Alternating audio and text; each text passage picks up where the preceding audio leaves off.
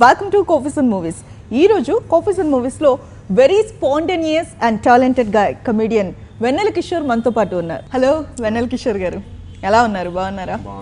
Career ఎలా సాగుతుంది? బాగుందండి, happy. Okay, director, comedian, hero, ఇన్ని రోల్స్. ఈ ఫస్ట్ లాస్ట్ కొంచెం తేడానండి. డైరెక్టర్ అనేది కాదు, మీకు తెలుసు, రెండు పెద్ద బాంబులు అనమాట. ఇప్పుడు దాని గురించి ఎందుకు కానీ. అండ్ హీరో అయితే ఇంపాసిబుల్ అండి. బేసిక్గా ఓకే, ఎలుగా మజాక్ అనేది it was full length role. I was there in all 60 scenes. అంతేగాని మనకు అంత హీరో అనే సీన్ లేదండి. కామెడీ ఒక్కటి చెప్తే నాకు చాలా హ్యాపీ అవుతుంది. ఎందుకు మీకు హీరో ఫీచర్స్ అన్నీ ఉన్నాయి, హీరో కావాల్సిన వాళ్ళు కమెడియన్ అయిపోయారేమో అని నేను ఫీల్ అవుతున్నా. ఇది టీ ట్రయల్స్ కదండి, ఇది ఇక్కడ టీ అమ్ముతారు బాగా. అదే అనుకున్నాను, బిస్కెట్ లేదనుకున్నాను, మీరు ఇచ్చేస్తున్నారు బిస్కెట్. అంత టీతో పాటు బిస్కెట్స్ ఉంటే ఇంకా బాగుంది. అవునండి, మీరు వేస్తూనే ఉన్నారు బిస్కెట్లు, చాలు. కంటెంట్ కొద్దాం. కంటెంట్ అంటే ఏ కంటెంట్ కావాలి మీకు? ఏదైనా ఎనీథింగ్ అబౌట్ కామెడీ. హీరోలు వద్దండి మనకి, అది సీన్ లేదు. బేసిక్ ఫ్రాంక్గా మాడుకున్నాం అంటే ఫేస్ అని కాదు కానీ ఫేస్ లేదు అండ్ ఆ రెస్పాన్సిబిలిటీ మనం తీసుకోలేము. అండ్ అంత ఒక సీన్ని ముందెళ్ళాలంటే ఆ హీరోకి ఆ కెపాసిటీ ఉండాలి. మనకు తెలియదండి, ఈ జన్మకి తెలియదు. సో మనం మంచి ఒక ఫిల్లర్, ఒక కామెడీ ఫిల్లర్ సరదాగా వచ్చి 2-3 ఎంటర్టైన్మెంట్ ఎపిసోడ్స్ని చేసి అలా హాయిగా వెళ్ళిపోతే అయిపోయింది అంతే. మిగతా హీరో ఫైటింగ్ అవన్నీ వాళ్ళు చూసుకుంటారు, మనకు సంబంధం లేదు. మనకు సంబంధం లేదు. డైరెక్షన్ డిపార్ట్మెంట్లో ఫస్ట్ వచ్చారా, కమెడియన్గా వచ్చారా? లేదండి, డైరెక్షన్ డిపార్ట్మెంటే. First as assistant writer cum direction department. So అలా వచ్చి ఇంకా కొన్ని అనివార్య కారణాల వల్ల ఒక పాత్ర చేయాల్సి వచ్చింది. ఓకే, ఆ అనివార్య కారణాలు ఏంటి? అదే అంటే శివారెడ్డి గారు యాక్చువల్ చేయాలండి నా క్యారెక్టర్ వెన్నెల మూవీలో. బట్ ఆయనకి వీసా ప్రాబ్లం అయింది. యూఎస్లో ఉండేవాడిని నేను. మూవీ అంతా యూఎస్లో shoot actually. So visa problem వల్ల రాలేకపోయారు. సో ఇంకా లాస్ట్ మినిట్లో they had to fill it. So ఇంకా నేను ఒక్కనే కొంచెం అంటే వాళ్ళకి ఏంటంటే కొంచెం దరిద్రంగా అంటే కొంచెం ఓవర్ యాక్షన్ టైప్లో ఆ క్యారెక్టర్ ఉందన్నమాట, అలా చేయాలి.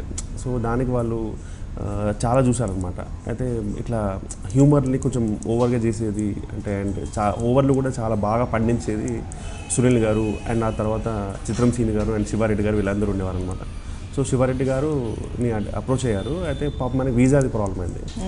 ఇంకా అక్కడ ఉన్న దాంట్లో ఎందుకో నన్ను ఎందుకు అనుకున్నారో తెలియదు, అలా నన్ను చేయమని చెప్పారనమాట. నాకు పెద్ద ఇంట్రెస్ట్గా లేకుండా కానీ అలా అయిపోయింది అన్నమాట. సో అక్కడ నుంచి ఫస్ట్ టైం ఎన్ని టేకులు తీసుకున్నారు మరి ఆ సీన్ పండడానికి? ఫస్ట్ టైం కెమెరా ముందుకి, డైరెక్షన్ నుంచి డైరెక్ట్గా కెమెరా ముందుకు వచ్చేసి అంటే ఫస్ట్ టైం టేకులు తీసుకునేంత అవసరం పడలేదండి. Because it was crying scene అనమాట.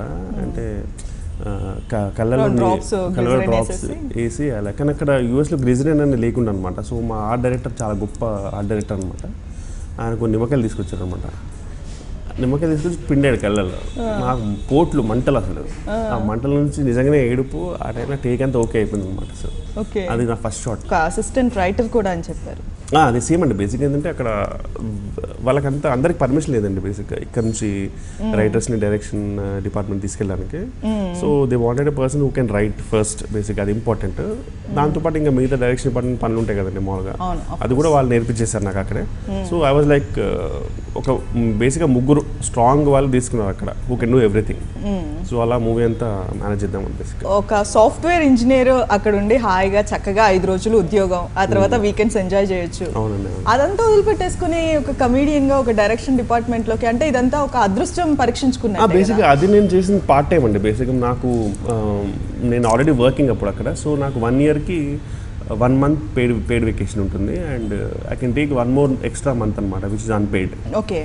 సో అన్పెయిడ్ ఎంతైతే మనీ ఉందో అది దేవకట్ట గారు ఇస్తా అని చెప్పారు అనమాట. సో ఆ 2 months సాలిడ్గా నేను వాళ్ళకి పనిచేస్తాను చెప్పాను అనమాట. But I never thought of leaving a job. Because నేను అంత ధైర్యం లేదండి నాకు. బేసిక్గా నాకు I really need my backup money and I really need my future secure. So ఆ టైప్ మనిషిని నేను.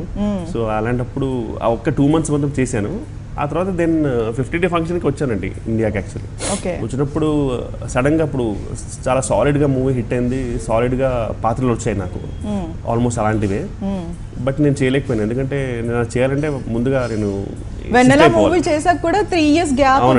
Because I don't want to move to India ఆ టైంలో. ఎందుకంటే అప్పుడే కొత్తగా జాబ్ వచ్చింది, ఇంకా ఏం పైసలు జమ చేసుకోలేదు, ఏం లేదు.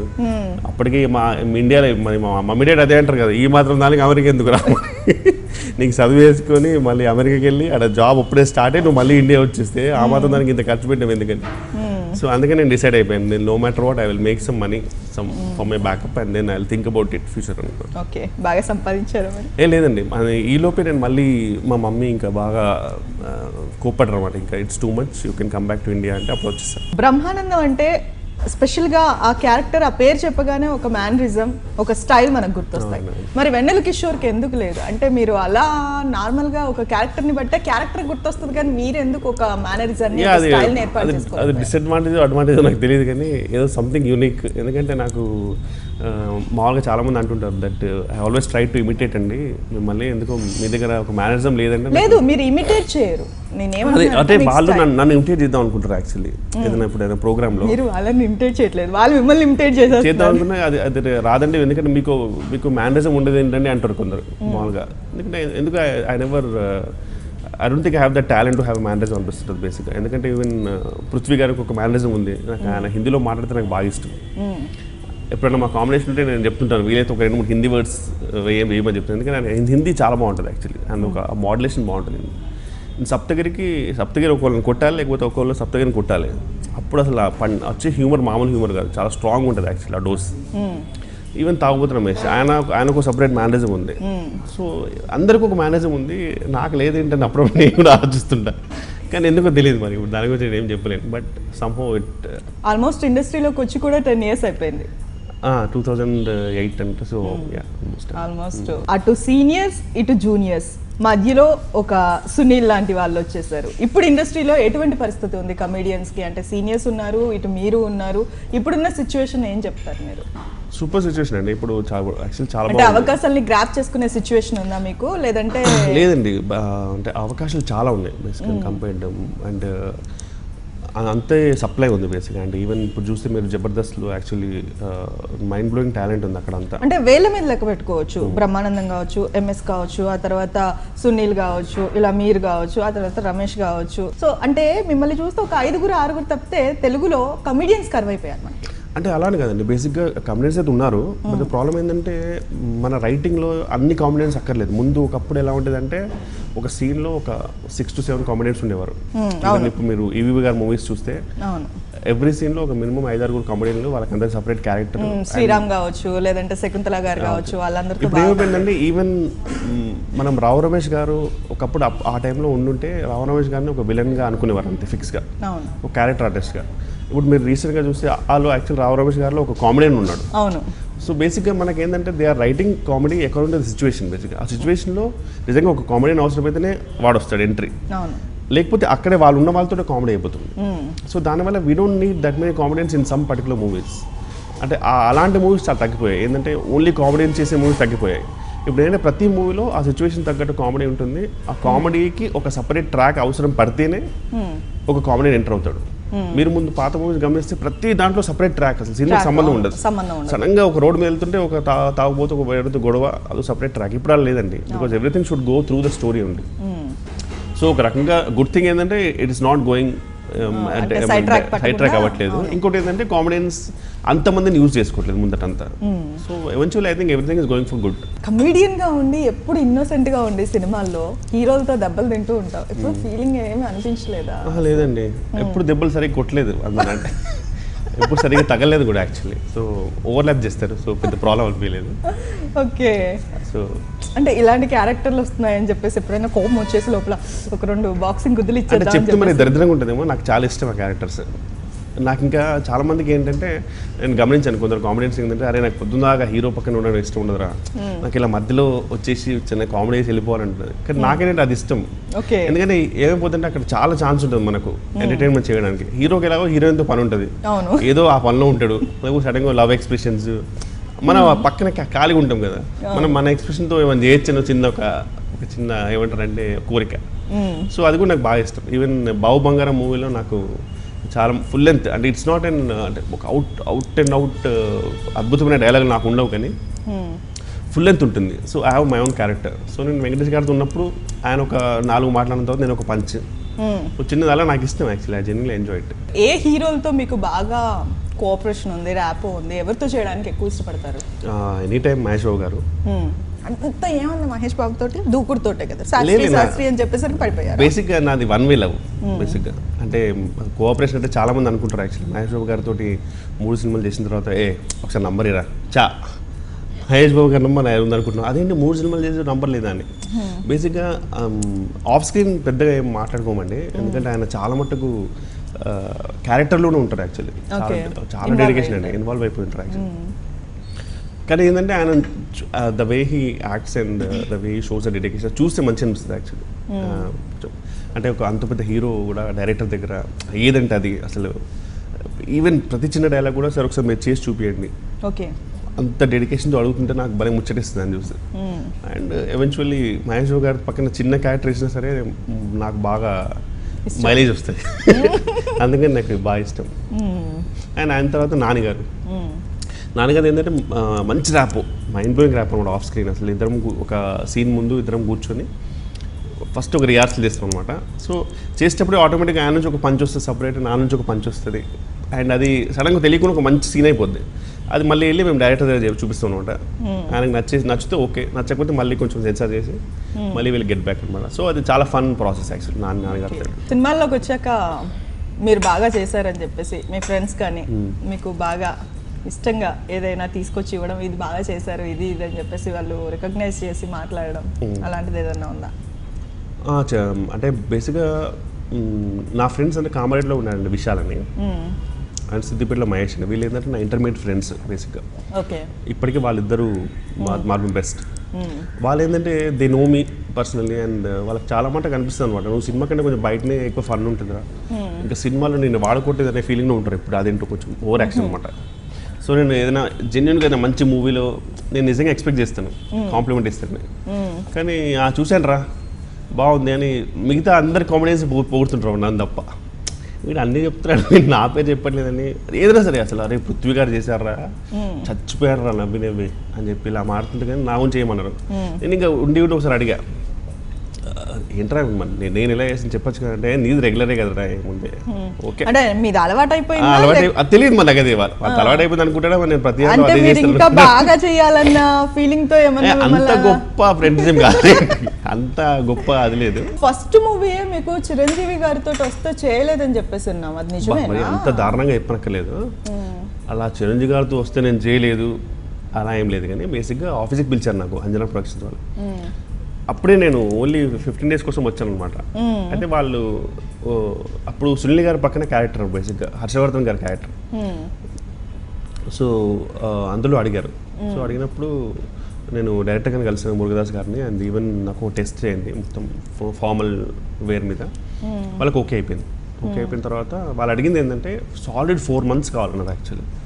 నేను లేదంటే 1 month 1.5 month అంటే నేను మేనేజ్ చేయగలుగుతాను, నా జాబ్ అంతా ఉంది అని చెప్తే, లేదండి మీరు సాలిడ్ 3 to 4 months అయితే ఇవ్వాలి, అండ్ మీరు పాస్పోర్ట్ కూడా మాకు ఇచ్చేయాలి అన్నారు. నాకు అక్కడ భయం వేసింది, ఇంకా నా పాస్పోర్ట్ ఇవ్వడం అనేసరికి ముందే నా లైఫ్ నా అంత అక్కడే ఉంది. అప్పుడు లేదండి కష్టం అండి, నేను చేయలేను అలా, పాస్పోర్ట్ ఇవ్వడం అయితే నా వల్ల కాదు, మరి మేము ఇలా నమ్మాలి మిమ్మల్ని అని వాళ్ళు కూడా అన్నారు అనమాట. మరి సర్లేదు సార్ ప్రస్తుతానికి నాకు టైం ఇవ్వండి చెప్పి నేను ఇంకెళ్ళి కష్టపడి నేను చేయలేను అని చెప్పాను అన్నమాట, అంతే. సో అదేంటంటే నాకు అది అయినప్పుడు నాకు ఇంట్లో బాగా పడింది అనమాట. చిరంజీవి గారి పక్కన నువ్వు మంచి రోజులు ఏమనుకుంటున్నావు నువ్వు అట్లా ఇది అన్నారు. అంటే మీరే కదా మరి అమెరికా అన్నారు, అది చేయాలని నేను మొత్తం ఇక్కడే ఉండిపోవాలన్నారు. సో అలా అంటే మా ఇంట్లో అందరికీ చిరంజీవి గారు బాగా ఇష్టం అనమాట. సో అది మిస్ అయింది క్యారెక్టర్. దాని తర్వాత ఆడవారు మాటల కడతాలు వేర్లే, అలా కొన్ని అన్నవరం, ఈ మంచి మూవీస్లో మంచి క్యారెక్టర్స్ మిస్ అయిపోయాయి. బికాజ్ ఓన్లీ ఏంటంటే వాళ్ళు వచ్చేయమన్నారు అనమాట, 3.5-4 months వరకు ఇక్కడే ఉండాలి అనేసరికి నాకు కష్టం అయిపోతుంది. అక్కడ జాబ్ అన్ని మనం కష్టపడి తెచ్చుకున్న జాబ్ అని పోద్ది కదా, అందుకని అదే చేయలేకపోయాను. చిరంజీవి 150వ సినిమాలో కూడా మీకు అవకాశం వచ్చిందని చెప్పేసి మేము వింటూ ఉన్నాం. ఇంకా కన్ఫర్మేషన్ ఏం లేదండి. ఆల్మోస్ట్ ఒక 60% వరకు ఛాన్స్ ఉంది, బట్ చెప్పలేము. అంటే ఎలా ఫీల్ అవుతున్నారు? ఒకవేళ అవకాశం వస్తే ఆ యాంగ్జైటీ ఉంటుందా లోపల, లేదంటే? సూపర్ ఎక్సైటెడ్ అండి, అది ఫన్. ఒకటి ఏంటంటే చిరంజీవి గారి పక్కన ఒకటి, ఇంకోటి ఏంటంటే 150th ఫిల్మ్. సో ఆ ఎక్సైట్మెంట్ వేరే. సో అది చాలా పెద్ద ఆఫర్ యాక్చువల్లీ. సో అందుకే నాకు చాలా డౌట్గా ఉంది నాకు వస్తా లేదా. మీరు కూడా పెద్ద కమెడియన్ కదా. అంత లేదండి, మళ్ళీ ఇప్పుడే చాయ్ అయిపోయింది, మళ్ళీ బిస్కెట్ ఎందుకులే. ఓకే చాయ్ ఆర్డర్ ఇస్తాను, పర్లేదు, మోస్తరుగా వెళ్తుంది, పర్లేదు, హ్యాపీ. నెక్స్ట్ బ్రహ్మానందంని ఆ గ్యాప్ ని ఫిల్ చేసేది మీరే, మళ్ళీ ఇలా మాట్లాడితే ఎలా? ఇంకా ఇలాంటివి చెప్పి పంపిస్తారు ఇంటికి. నేను ఆ రేంజ్లో వెళ్ళిపోయాను ఆ తర్వాత ఇంకా మహేష్ బాబు గారు అన్నట్టు షెడ్డే.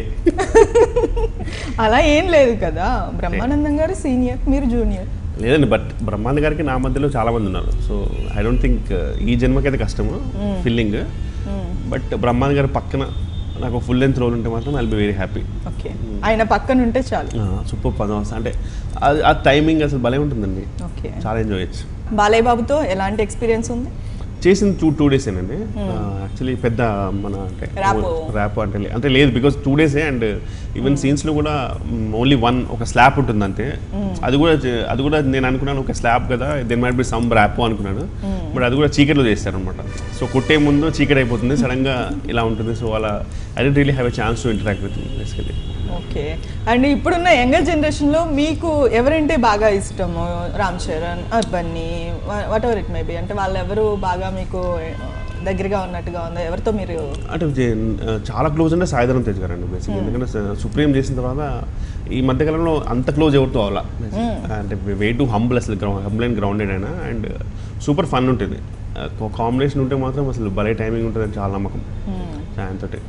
And he's one of the only heroes అనుకుంటా నేను ఆఫ్ స్క్రీన్ కొంచెం కలుస్తాను అంటే. బికాస్ నార్మల్లీ 6 తర్వాత నేను ఇంటికి వెళ్ళిపోతుంది. నాకు ఇంటికి వెళ్ళి మూవీస్ చూడడం నాకు బాగా ఇష్టం. బట్ ఈయన ఏదో కొంచెం అప్పుడు క్రికెట్ ఆడడము లేకపోతే ఏదో something we do some extracurricular activities కొంచెం ఆయన ఉంటుంది. ఇప్పుడు కూడా బాగా క్రికెట్ ఆడేస్తున్నా. ఓకే, నేను అప్పుడప్పుడు. ఓకే, నెక్స్ట్ ఓన్లీ టాలీవుడ్ అయినా లేదంటే బాలీవుడ్కి కూడా వెళ్తూ? ఇది ఇక్కడే 2-3 బట్టలు నొక్కుతారు మీరు. ఎందుకు క్యాజువల్గా మాడుకోవచ్చు ఇక్కడ టాలీవుడ్ అయినా లేక 2-3 ఎందుకు మనకి ఇదే నాకేంటంటే మనకు అంత పెద్ద ఆశ లేవు, కానీ పెద్ద టాప్ అవ్వాలని ఆశ లేదు, కానీ లాంగ్ టర్మ్ వెళ్ళాలి టాలీవుడ్లో బేసిక్గా వితౌట్ గెటింగ్ మొనాటనస్. ఎంత దూరం వెళ్తామో అంత. నాకు అప్పుడప్పుడు బ్రహ్మాజీ గారిని ఇలాంటి వాళ్ళని చూస్తే నాకు కుళ్ళు వస్తుంటారు. ఎన్ని ఇయర్స్ నుంచి దేవ్ బిన్ అంటే వేరియస్ అంటే క్యారెక్టర్ చేశాడు, ఎంటర్టైన్ చేశాడు, and still going on literally even now.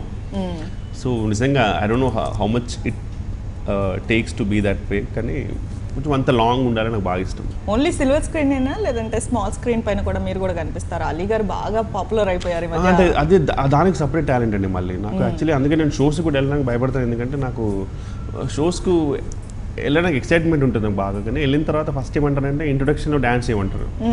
Dance రాదు, నా వల్ల కాదు అది. ఇంట్రో డాన్స్లు నా వల్ల కాదు. అదైన తర్వాత మళ్ళీ ఏదైనా గెలిచిన తర్వాత మళ్ళీ డాన్స్ చేయమంటారు. సరే ఇప్పుడు గెలిచాం కదా సార్, మళ్ళీ డాన్స్ సార్, ఇప్పుడు నాకు నా వల్ల కాదండి అవన్నీ. సో ఇవన్నీ నా వల్ల కాదనమాట. కానీ దీన్ని ఇంకా చేస్తూ హోస్ట్గా ఉంటూ అసలు ఆలీ గారు ఆయన అసలు మళ్ళీ దానికి ట్యూన్ అయిపోయి అది సపరేట్ టాలెంట్. ఆయనకి డాన్స్ బాగా మైండ్ బ్లోయింగ్ అసలు. మళ్ళీ ఇమిటేషన్స్ అసలు భలే చేస్తాడు ఇంకా. అండ్ ఈవెన్ సో అదొక separate talent. I don't think I can do it. So next ఎలాంటి క్యారెక్టర్స్ రావాలని చెప్పేసి, ఎలా ఉండాలని కెరియర్ కోరుకుంటున్నారు? సేమ్ అండి, యాజ్ ఇట్ ఈస్. ఇప్పుడు ఎలా ఉందో నాకు ఫ్రాంక్లీ చాలా బాగుంది. అయ్యో ఇంకా బాగుండాలని కోరుకుంటున్నాం మేము. బాగుంది నాకు ఇదే ఎక్కువ. బేసిక్గా ఎక్కడో సాఫ్ట్వేర్ ఇంజనీర్గా సినిమాలు డౌన్లోడ్ చేసుకుంటూ ఉంటుంటా అమెరికాలో. అలాంటిది ఇప్పుడు అట్లీస్ట్ నేను అందరి మధ్యలో ఉండుకుంటూ అప్పుడు బ్రహ్మాది గారి సినిమా ఈ ఫేమ్ సరిపోతుందా? ఇంకా లేదు, ఫ్రాంక్లీ చాలా చాలా ఎక్కువ యాక్చువల్లీ. ఇది ఎన్ని రోజులు ఉంటుందో తెలియదు. ఈ గ్రాఫ్ కిందికి పోకొచ్చారు. ఓకే, మీ గురువు గారు బ్రహ్మానందమైన కమెడియన్, ఆయన పట్టుకోండి, ఎప్పుడు పైకి లేపుతామనండి. చెప్పేయండి ఒక మాట, మీరు ఎక్కడున్నా కానీ నన్ను అక్కడికి తీసుకెళ్తూ ఉండండి. డెఫినెట్లీ అండి. సో మంచి సినిమాలు చేస్తూ మీరంతా మమ్మల్ని కడుపుబ్బా నవ్వించాలని మనస్ఫూర్తిగా. థ్యాంక్ యూ అండి. మీరు కూడా ఇలా నాకు బిస్కెట్ లేకుండా జెన్యూన్గా చెప్పాలని కోరుకుంటున్నాను. రివ్యూస్ ఏమైనా ఉంటే. Right, sure. థ్యాంక్ యూ అండి. Thank you.